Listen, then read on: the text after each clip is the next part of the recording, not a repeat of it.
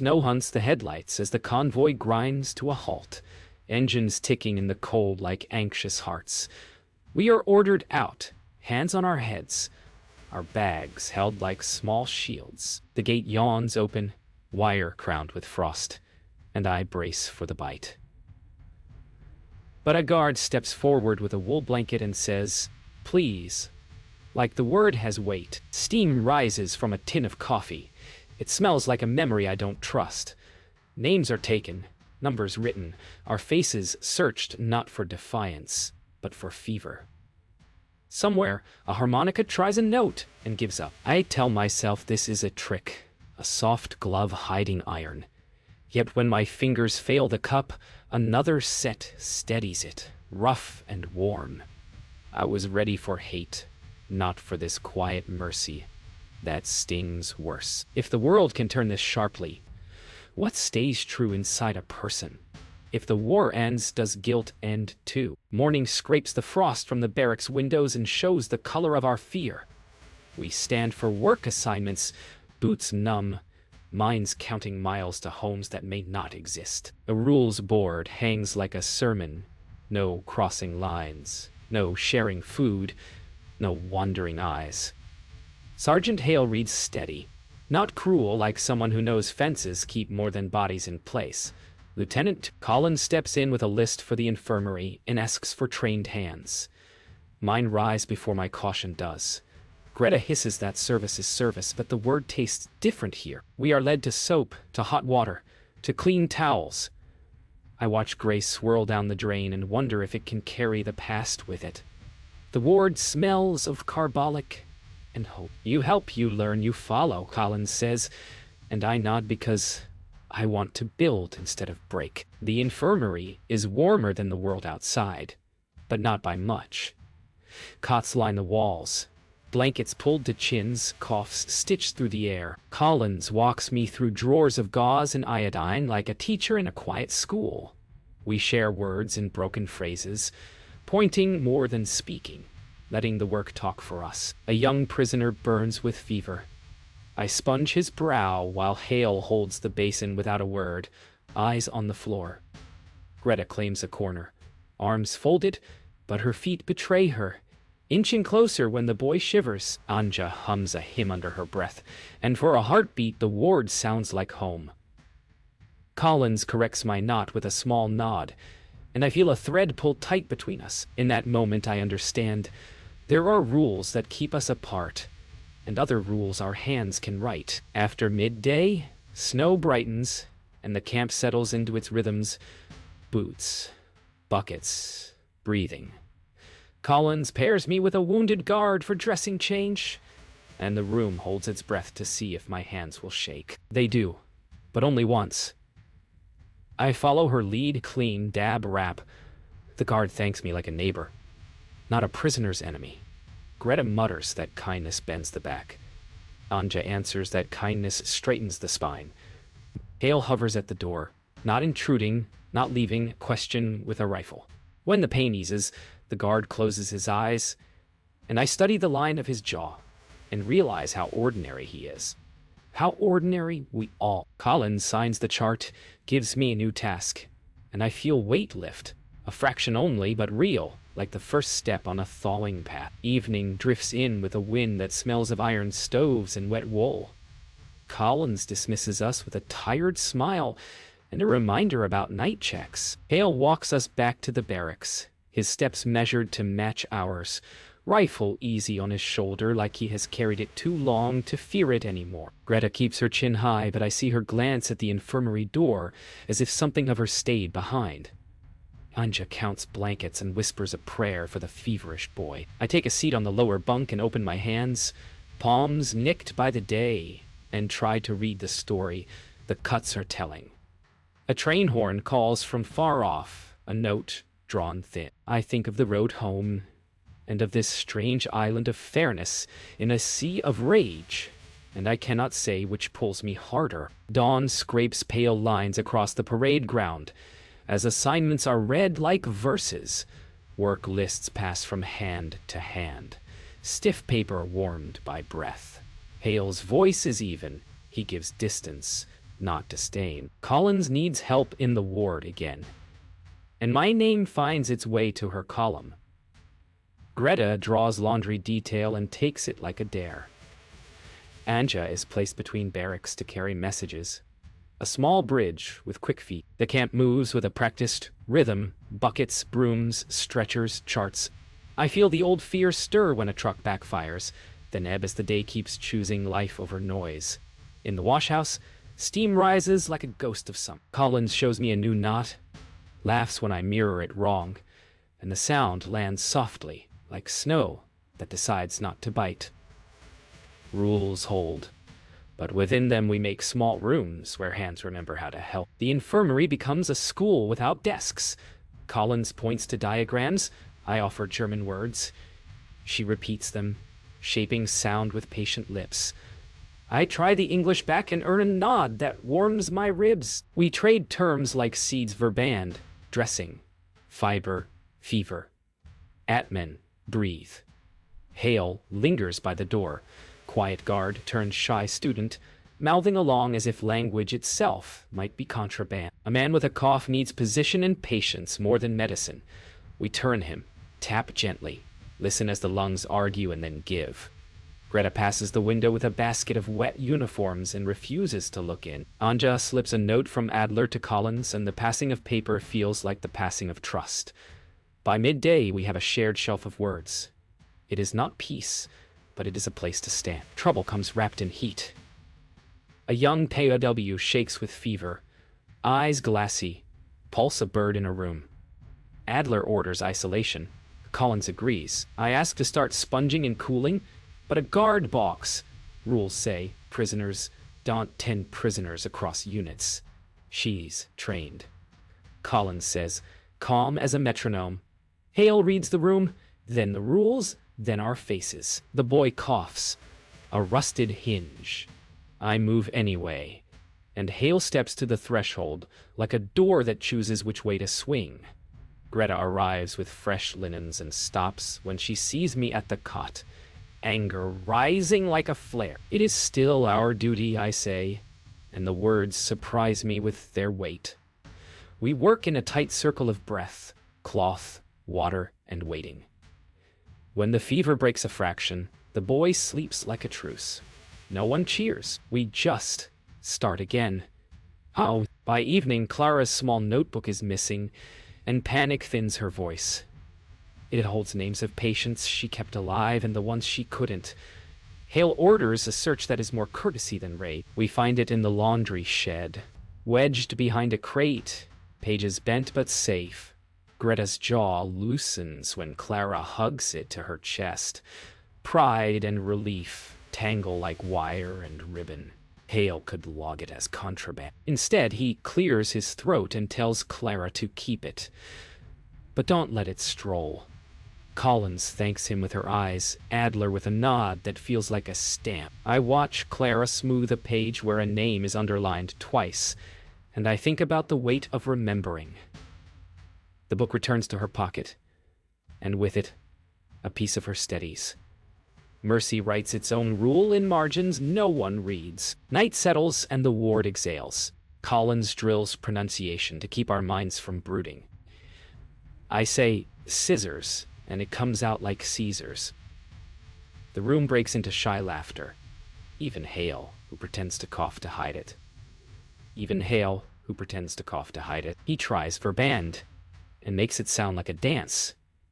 We trade words until the stove clicks and the clock stutters toward lights out. Greta pretends not to listen, then corrects my English with a sharpness that somehow feels like care. Anja tests phrases softer than sleep, blessing each with a small smile. For a minute the war seems far, like a storm heard through walls you trust. When we part, Hale says, "Good night, Liesel," shaping my name carefully, as if returning a borrowed thing. I walk to the barracks with warmth tucked under my coat, a quiet ember that refuses to die. Dusk folds the camp into softer shapes, and the wind carries the smell of soup and coal. Hale stands by the fence with a letter that looks older than he is willing to admit. I sit on an upturned crate, hands still smelling of carbolic, and he asks if I ever wrote things I could not send. I tell him about the winter tent where our ink froze, where I learned to speak to the dying without moving my lips. He touches the crease of his envelope and says his brother never answered from Italy, so now the letter talks to him. We trade pieces of nights from different fronts. Simple things, the click of a stove, the crack of ice, a laugh cut short. Anja drifts near and listens like a chapel light. We do not say enemy or friend. We say names. The fence stays between us, but I feel it loosen, not in wire, but in my chest. After lights are meant to dim, but before they do, a thin run of notes slips across the yard. A harmonica, unsure but brave. Chaplain Whitaker steps from the shadow of the chapel hut with a look that says he's up to something kind. He asks, in a voice that never startles, if anyone knows the simple melody of a hymn. Anja hums first, almost a whisper.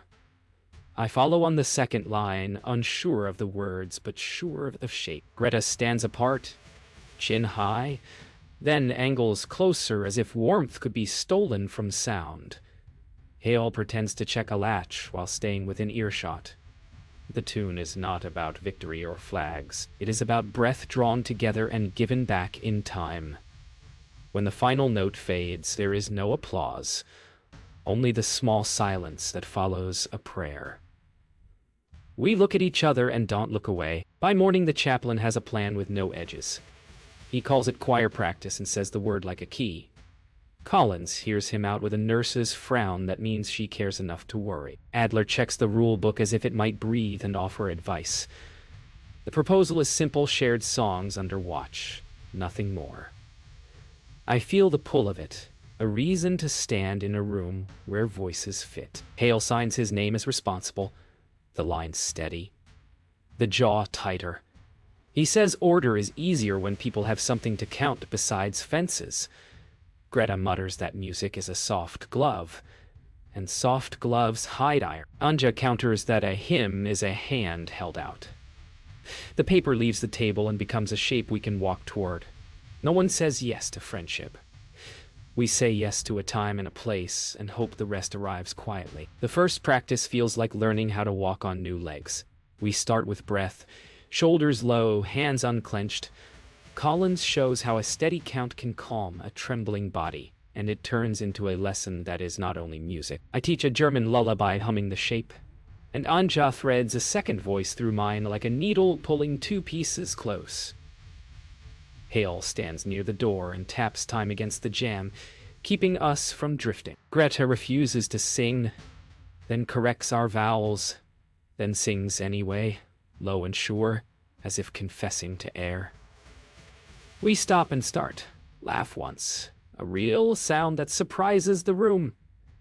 The space changes, not the walls, not the wire, but the air between our ribs.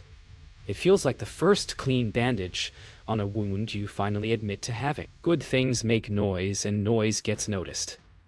A tower guard files a report that says there is too much kindness in our part of the camp. The words sound like a charge and a warning. Hale receives it with a face that gives nothing away, then sits at a desk where ink knows which lines can break a man.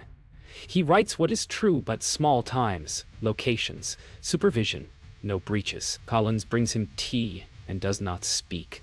Her silence is a shield.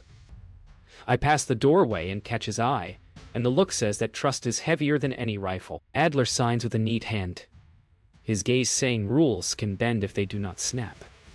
Greta calls it a test we were always going to take. Night drops and the practice is paused to not end it. The tune stays in my throat like a secret. I will not surrender. The cough changes overnight. It sharpens, stacks on itself, and turns the ward into a field of small alarms. Adler listens once and does not need twice. Quarantine, he says, and the word draws a chalk circle around our breath. Collins moves cots like pieces on a board, quick and sure. Hale posts a rope at the door and makes it a line the whole camp can see. I wash my hands until the skin protests, then do it again. Anja's hymn drops to a hum meant only for one room.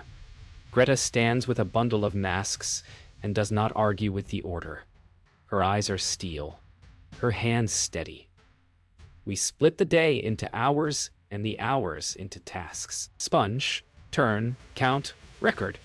The fever boys toss in their sleep like boats in a storm. When one wakes and asks if this is the end, I tell him no, and I make my voice agree. By midday, the ward is a drum of heat. Towels cool, then warm, then cool again.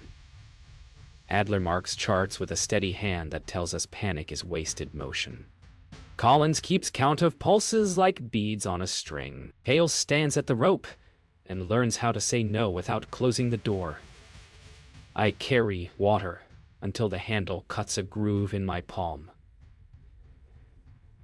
Anja whispers a prayer in time with her wiping.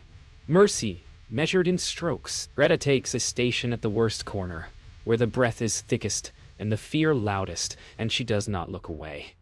We trade words we learned last week. Breathe, turn, sip. And they feel like tools we forged ourselves. When a boy's chest tightens and the rune shrinks, Collins teaches me to pace his ribs with my palm, and he rides the breath back to us. The clock staggers. We do not. Rules bend where breath breaks. Near dusk, a guard goes down outside the rope, lips pale, eyes rolling like a frightened horse. The manual says stay in lanes. Adler says bring him through. I take one step, then another, and feel the line snap in my head before the knot loosens at the door. Hale catches my look and nods once, a signal that transfers the weight from paper to him. Greta is already there, kneeling, clearing the airway, voice clipped and certain. Collins pulls the mask from her own face to press it to his for a count of 5, then swaps for a clean one without a flourish. We work fast, not reckless but fast, as if speed is also a kindness. When air returns, it is ugly and beautiful, a ragged saw that means stay. Hale writes nothing down. He just places the rope back and steps where he always stands. Night steps in heavy, supplies shrink like ice under a boot. The fever map Adler draws shows more red than we want. Greta brings a crate that is not on our ledger. And the look she gives me says, don't ask how. Ask who needs it first. Collins hesitates a heartbeat, then breaks the seal. Gauze. A few precious vials. Hale glances at the empty shelf and chooses the angle of his next report. We used what we had. Anja counts out doses as if each is a candle she can make burn longer by love. I take the last clean pair of scissors and pretend not to see the tag that links them to another unit. The work quiets us. We are past speeches, past the comfort of rules spoken aloud. There is only a line of faces and the small, careful ways we refuse to let them go. Dawn does not so much arrive as forgive. The air is cooler. The coughs space out like tired birds. Adler walks the rows with a face that allows a thin smile to lit at one corner. Collins reads the night's numbers like a psalm, and for once the verses ease. Hale gathers the charts and finds fewer new marks than he feared. Greta leans against a post and lets her shoulders drop, the first surrender she has allowed herself in days. Anja pours water and hums the hymn we were told to pause. It sounds like a promise kept quiet. I sit on a stool with my hands open, the skin lined with the map of the week, and I think of all the lines we stepped over to keep breath inside the living. Later, there will be questions, maybe punishment. But here, in this blue morning, there are faces that were almost gone and are not. That will have to be enough. They arrive with boots that do not hurry and eyes that measure walls. The command car idles like a held breath, while an officer studies our charts as if numbers can reveal the shape of a heart. Collins stands a half step in front of us, shoulders neat, voice calm. Adler answers in sentences that land like nails, straight and sure. Hale keeps his face of stone and his hands at ease, but I can see the worry sit in his jaw. Greta's chin rises at every question as if the air itself were accusing us. Anja smooths the edge of a blanket no one asked her to touch. They point to the rope line, to the empty shelf, to the legend of our fever map, and the room brightens with suspicion. I feel something stubborn push up inside me. Not anger, not pride, but a wish to be named by our work. Let the record show breath returned. Questions become walls. In the office, the lamp seems too bright, making even clean truth look guilty. They ask Collins if she authorized the choir, if she allowed prisoners to treat prisoners, if she trusts our hands more than rules. She answers like a nurse with reasons that fit inside a breath. Adler adds that mercy cut the fever curve, then lets the silence draw its own chart. They turn to Hale, ask about the rope, the ledger, the crate that did not exist until it did. He says he chose order over panic, and the room decides whether that counts. My name is spoken last, and I hear how strange it sounds in this place. Soft and foreign. I keep my voice here. I speak of towels and water and the slow return of color to a boy's lips. The officer writes, and the scratch of his pen feels like a verdict walking toward us. When the door finally opens to cold air, I find Hale by the fence with a square of paper he keeps like a wound. It is the telegram with his brother's last line, the one he reads when words run thin. I take it without asking and fold it once more along the crease, like bandaging a letter that bleeds. You should keep this where it cannot be used against you, I say, and it sounds like a vow. He nods. Not grateful, not proud, only human. Greta watches from the path, wary as if kindness might choose sides. Anja stands near the chapel hut and lets the wind lift her hair, and I think of all the things we carry that do not show on a list. I return the paper, and he returns my name, speaking it slowly. The fence hums with the cold.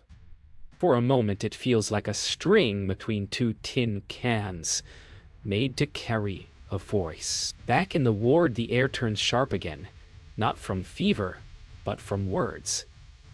Greta sets down a stack of folded sheets like a challenge, and asks what we think we are doing, trading songs for spine, swapping duty for a smile. I tell her a bandage can be tied in anger or in care, and it holds better one way. She fires back that care given to an enemy returns as weakness. Anja breaks in, soft but unshaking, and says a patient is a patient until he can stand and walk away. After that, the world may argue, but not here. Collins lets us speak, and then points to the beds and the charts and the slope of numbers, and her quiet becomes the final word. Greta's eyes shine for a second she will not admit to. She turns, lifts a basin, and gets back to work. The room exhales. We all do. Orders come down like weather you cannot stop. The choir is suspended. The after-hours lessons ended. The Germans' access to the ward revoked except for emergencies under direct watch. The words land heavy, but not fatal. Collins reads them without apology, then turns to her list for night duty. Adler signs the notice, as if signing for a package he will still open. Hale meets my eyes and lifts one shoulder, a small sorry he cannot write. Greta says this proves what she always knew, yet her hands move toward the supply shelf before the sentence ends. Anji gathers the hymn sheets and tucks them into a Bible where songs have survived worse bans. I stand in the doorway of the ward we have shared like a borrowed room and promise the beds under my breath that I will return when need calls. The rope is back, but it is not the only line that holds. The radio coughs once and then speaks the sentence that tilts the earth. Surrender, it says, and the word hangs like a bell that will not stop ringing. The mess tent pauses with spoons in midair. Someone laughs too loudly and then covers his mouth. Collins turns the dial with careful fingers, as if volume could change truth.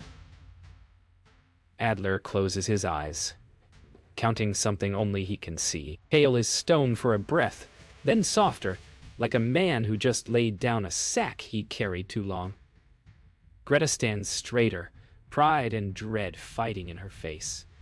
Anja's lips move in prayer, but no sound comes. I wait for joy to rush in. It does not. Instead, there is a strange lightness and a new fear. The kind that asks who you are when you're no longer needed to be brave. The storm has ended on paper. Inside us, thunder circles, not ready to leave. At noon, the mess hall fills, and no one knows what to do with their faces. A few pew-pews grin like boys skipping rocks, then choke on the sound and look at the floor. Others stare at nothing, as if a wall were showing a film only they can see. The stew tastes like every other day and nothing like it. Hale's voice is softer on the lines, please and thank you, making more room than the aisle allows. Collins eats standing, eyes on the ward door out of habit.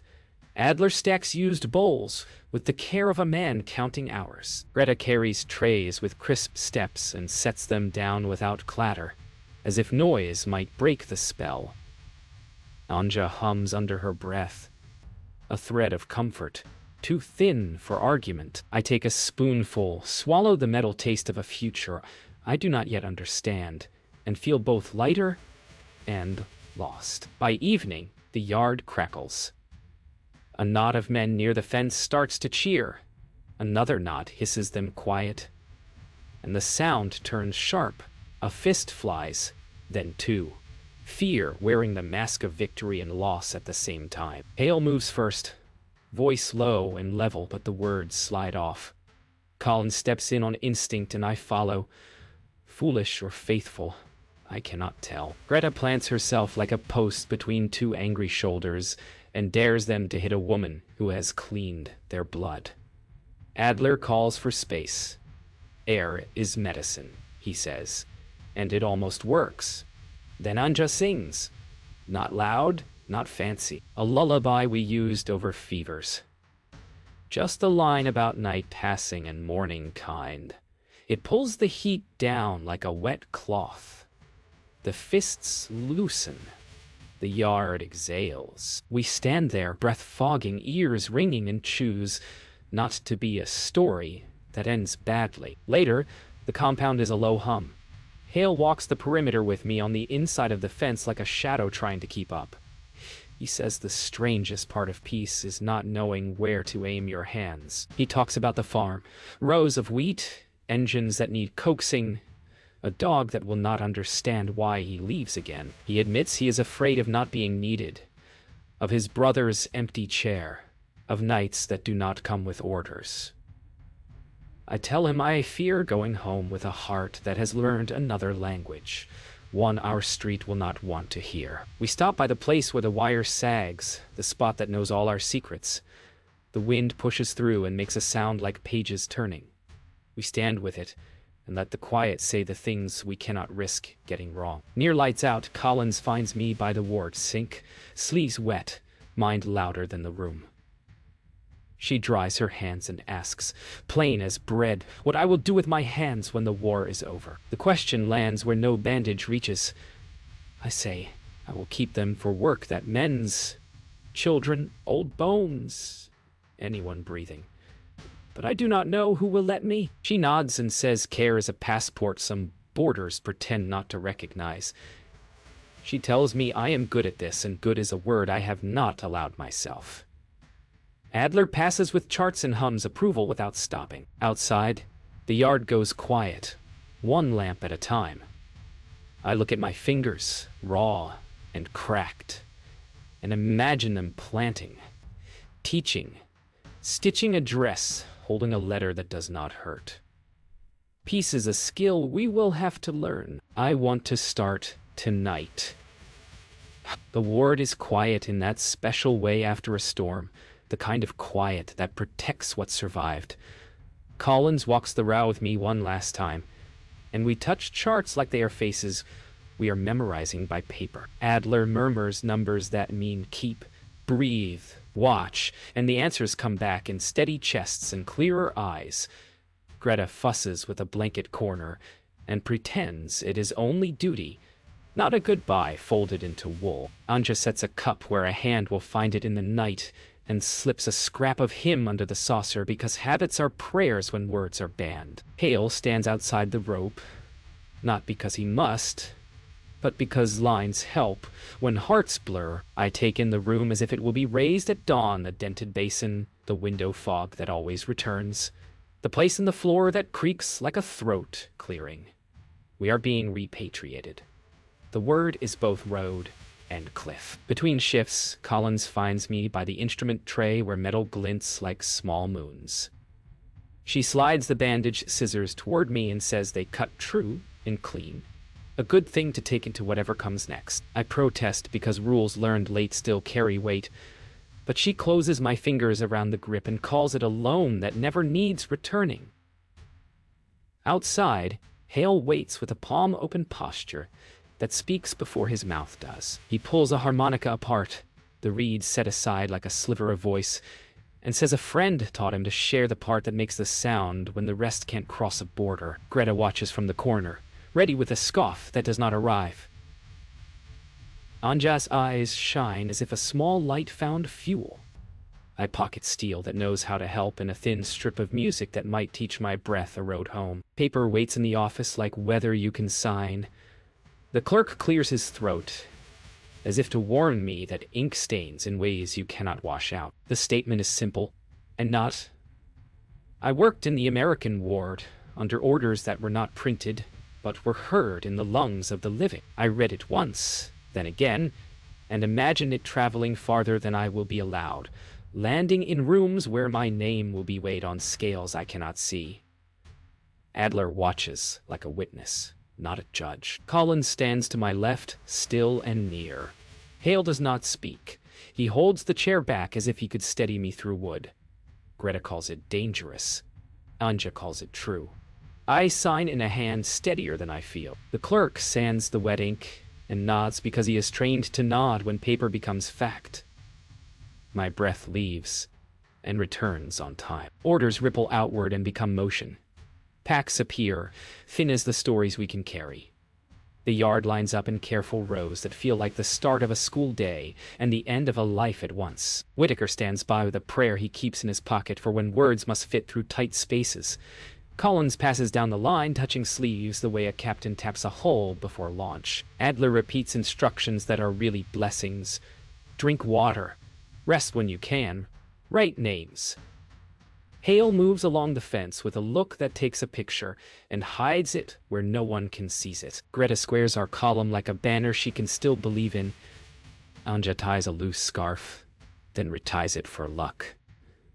The truck engines cough. I taste iron and coffee, and the strange sweetness of being allowed to leave with my head lifted. We climb into the truck bed and the boards talk under our boots. The camp looks smaller from here, as if Mercy shrank the wire when we weren't watching. Collins stands with her hands in her pockets, like she's holding all the goodbyes she isn't allowed to say. Adler lifts 2 fingers in a signal we've learned means enough. Whitaker's lips move, and the wind carries the amend to places the rulebook cannot edit. Greta faces forward, spine a line you could draw a map with. Anja leans into me and whispers that sometimes God answers by giving you people instead of miracles. Hale comes last along the tailgate, eyes bright from cold or something like it, and he says my name one final time in the careful way he learned. The truck lurches. The gate opens. I look back at the place where fear met kindness and changed shape. Would you trust the man who once tried to kill you?